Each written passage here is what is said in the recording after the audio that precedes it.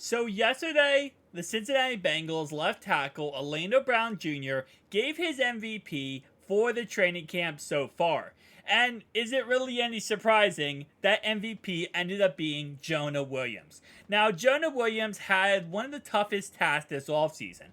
Other than the trade request and, all the back and forth a little bit, it really was just listen, Jonah, we need a right tackle. La'el Collins will probably start the season off on the pup list, and if you can't be right tackle, we're gonna be in a very bad spot.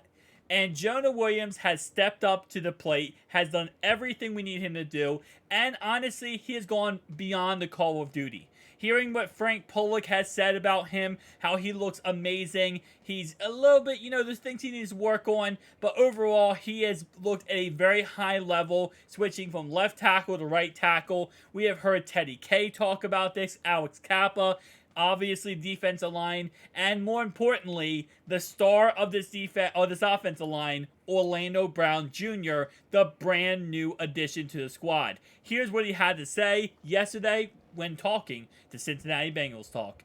I know we've been hearing so many different things about MVPs of training camp, but that's my MVP. What Jonah's been able to do, it's not easy switching sides. It's not easy. It's one of the hardest things to do. The guy's a natural right tackle in some ways, and he's been able to go out there and really perform at a high level. Been able to be consistent every single day. Him and Sam are just grinding. And that is the best thing you can hear, especially when listen, Jonah, a little bit younger. He's only 4 years in the league now. He's on his final year of his rookie contract. And he's hearing a veteran, one of the best in the game, come out and say, you're doing a great job. You're doing everything I need you to do. And this is what creates that chemistry of a unit. Every single person in the offensive line is responsible for every single other person in the offensive line. You work as a group, you work as a unit. So if one part of the offensive line is slacking or not doing good, that is bad on every single offensive lineman. So Jonah going out there and doing good, that is absolutely amazing. And again, as I said before, this is a problem we talked about all offseason. And the Bengals did not address this in the draft because they had confidence that Jonah could get the job done. Now, yes, Collins will be back after 6 weeks once the season gets a long way, but we can't really rely on that, right? We can't rely on 6 weeks down the line where for 6 weeks Joe Burrow is not being protected on the right side if Jonah wasn't there. And again, Jackson Carman was competing with Jonah, but I'm not trying to trash Jackson Carman in any way, but it's very clear. The guy's a left tackle. Jackson Carman cannot play right tackle. And that goes to show how amazing Jonah's transitioning from left to right truly was. Because as Brown said here, how it's not easy to transition over, look at Jackson Carman. Jackson Carman, so far throughout training camp, has tried to play the right side, and he has not looked good. He's been getting destroyed left and right. Then he moved back to the left-hand side in last week's preseason game and throughout training camp the last couple weeks, but last week. And guess what? Jackson Carman looks pretty dang good at left tackle. You go back to the Falcons game last week, he was a pretty solid left tackle for us. And that's what he did in the playoffs last year. It's pretty clear he's not a right tackle. He's a left tackle. And he can't make the transition. Which, again, Jonah making that transition, looking good enough, showing off the coaches that, listen, I'm so good I can be the starter, to a point that they didn't want to even play him at all in the preseason. And he wanted to play himself in the preseason to get up to game speed and play some snaps at right tackle. That's what we learned from Coach and I think 2 press conferences ago, that Jonah actually was the one who wanted to play. It wasn't about, the coaches wanting to see him out there, because they knew what they've seen him in training camp and practices.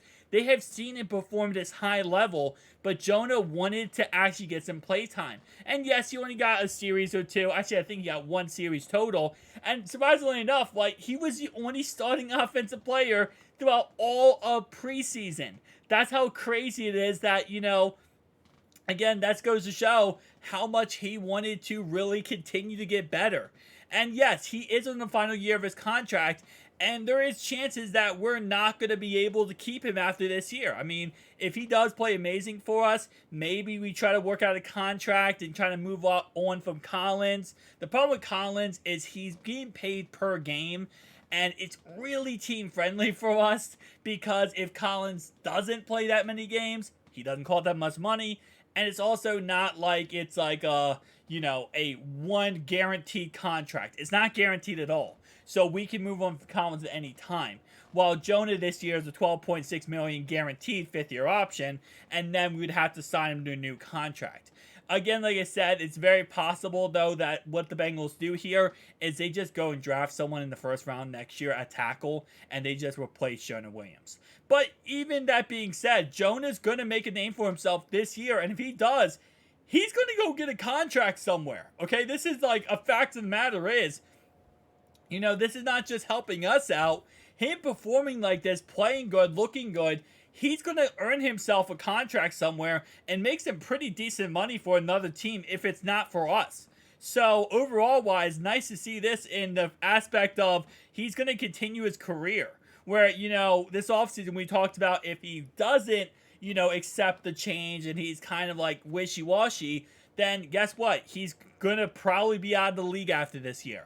And he's probably not going anywhere. And no one's going to want him. But instead, he's proving now, one thing, that he can go get a big payday. Because he's proven he could be a okay left tackle, but a solid right tackle. And when you can do a swing tackle type situation, when you can play right and left and really, do pretty much everything, every single coach out there is going to look at you like you are the diamond in the rough.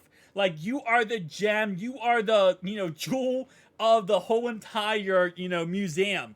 Because now, if I'm a coach, I can say, oh, I can put you anywhere I need you in case of injury. So, if, like, for example, we have a left tackle right now who's kind of a rookie, not looking good, but we want to see how good he is. If he doesn't work out, we have a backup right tackle. So we'll put you at left, and we'll put our backup in at right. Or opposite sides, like right, left. So that's why, again, Jonah is really making a name for himself. And I love to see this because he is young. He has plenty of career left in him, especially at offensive line position. That's a position that you can really, play until you're like 35, 36. Trent Williams right now is 36 years old. Like, it's very clear that you do not have to just play for, a little bit of time. You could play for your whole entire career, pretty much like a whole entire football career. A lot of positions like running backs, you want to hit 30 and you're kind of done. Tight ends like 30, 31. Wide receivers like 32, 33.